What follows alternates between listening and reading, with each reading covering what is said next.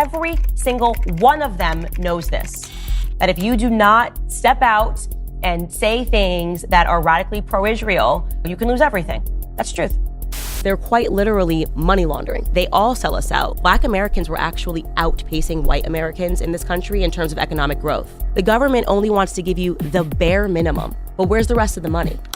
So, Candace Owens went on The Breakfast Club, dropping a series of truth bombs, repeating a recent trend she's been on. And to be honest, she's been saying essentially all of the right things. And clearly, Ben Shapiro hasn't been a fan of it, considering her criticism of Israel. That's probably why she was forced out of the Daily Wire. There are conflicting reports on her being fired or that she just left. But while I agree with most of her recent statements, I can't help but to feel uneasy about the fact that every time the wind changes, she seems to be there to go with it. And it looks like I'm not the only one.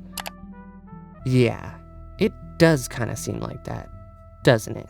Alright, well, let's see the clip that everybody's talking about. It's not even Republican or Democrat, and I want people to wake up to that because I'm not here like ride or die for Republicans. They all sell us out. Like the stuff that they did during COVID is criminal. It's criminal. First off, trillions of dollars you're signing these omnibus bills. If you read into it where that money is going, it's insane. They're quite literally money laundering is what's happening when they sign these bills.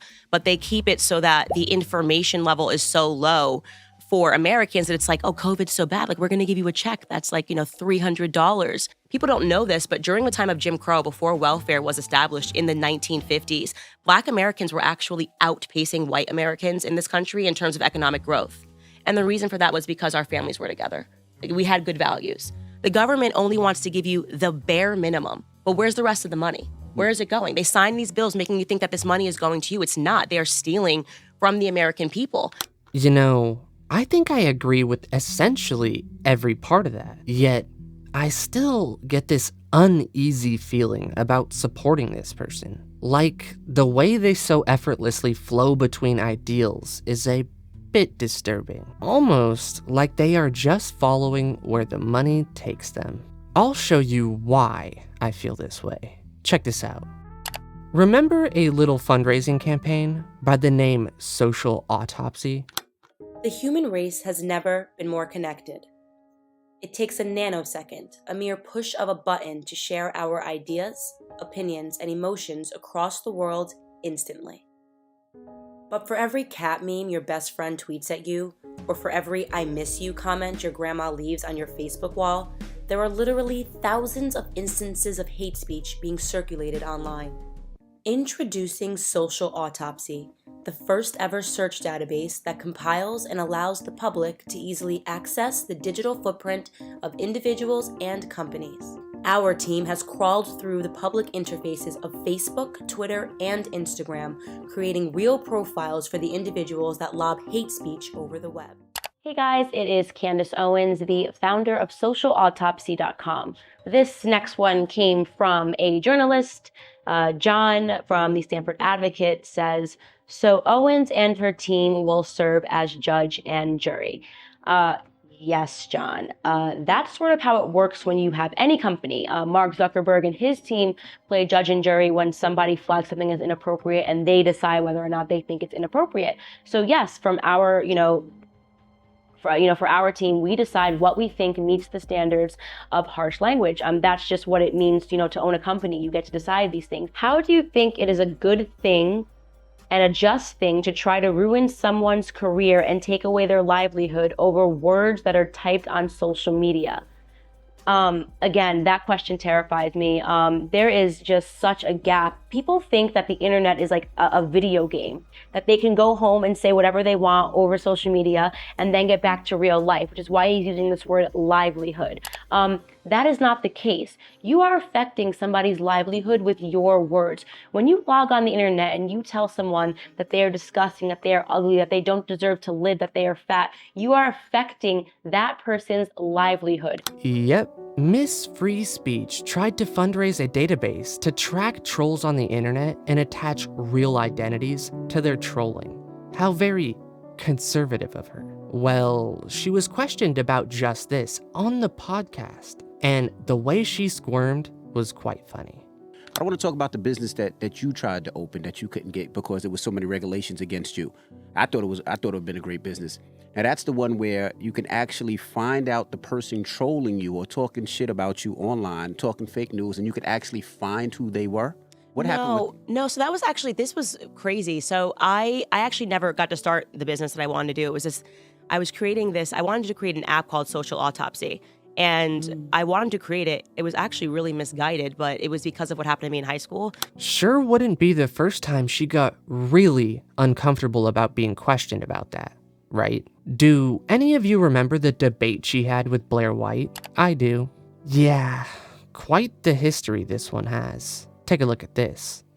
Okay, so you created Social Autopsy with the idea that it was sort of gonna almost self-police some of the kids' ability to ruin themselves. Right, exactly. So we said, what if there was a way that we could archive what they say with like a no-no type of a punishment, like maybe it's held for 3 months and everybody, like all of these schools, we were meeting with principals of schools, of high schools, before we even decided what we wanted to do, to say, how can we help? What would be helpful? What do kids care about? So I think calling it an archive, I mean, it literally is an archive, but it's also a doxing website. Anytime you publish people's personal information, it is doxing. It's not personal information. Why not? Because it was public. Because it was on Facebook, that's still the definition of doxing. If you share someone else's... No, it's not. If you share someone... No, it's not. You can't change the definition of doxing. I actually have the definition right here. Your heart could have very well been in the right place, but the reality is when you aggregate information of children and you attach it to where they go to school, which was the intent of your website, in fact, you actually said that it was the best time to be on the website if you were a child because it teaches you. Can you slow? I literally can't follow. You said that it was the best time to be on your website when you're a child because it teaches them responsibility of what they say online, right? We said that in a video. There are not a single child was on there because, as they said, I didn't say there was. Yeah. Some of you may be typing out that, well, people can change, right? Yeah, you sure can. And Candace Owens does a whole lot of changing. And it always seems to be at the right time, when the wind changes and it's more economically viable for her to do so. Don't believe me? Check this out. Happy Wednesday. Question of the day today that feels appropriate. Is the MAGA movement dead? We're not too happy with the results last night. Some of them are still coming in, but it's a fair question. What does this mean for Donald Trump? What does this mean for Trumpism? Are you going to run in 2024? And if so, can I be your vice president? Oh, that's very interesting. Wow, what a good choice that would be. That would be fantastic. And I think that trepidation is evidenced by him taking a random swing at DeSantis last week. I don't think it was helpful, even though DeSantis won Florida handily. He's not running against DeSantis right now. Orange man bad, the whole world mad. This is just absolutely genius. At Real Candace Owens. Keep confirming your true colors, and you can go and join your BFF at Kanye West with your anti-Semitic stance against Israel. Yeah, Candace Owens sure changes all right. So don't blame me when I feel uneasy about supporting someone saying all the right things in this current moment, when they have a history of moving wherever it's more profitable. Look, who knows? Maybe I'm wrong. Maybe this change is for realsies this time. But I'm gonna have to see a whole lot of continuing course before I feel comfortable supporting them in any real fashion. Looks like they are fine with that though. Why is it important to differentiate? Why is it actually so crucial to our movement to be able to critique each other, to be able to weed out people who are falsely pretending to be conservative? It is because if those individuals are able to garner a following, if those individuals are able to get into positions of power, they have the ability to do great harm. Well, it seems we are at an impasse. At least for now. We will keep tabs on her and see what happens. Maybe I'll be surprised. I'm open for the possibility of that, but I'm not holding my breath either. Alright guys, you know what to do. If you liked the video, hit that like button. And if you want to watch another video, may I suggest this video on how Ian Miles Chong ruined Twitter.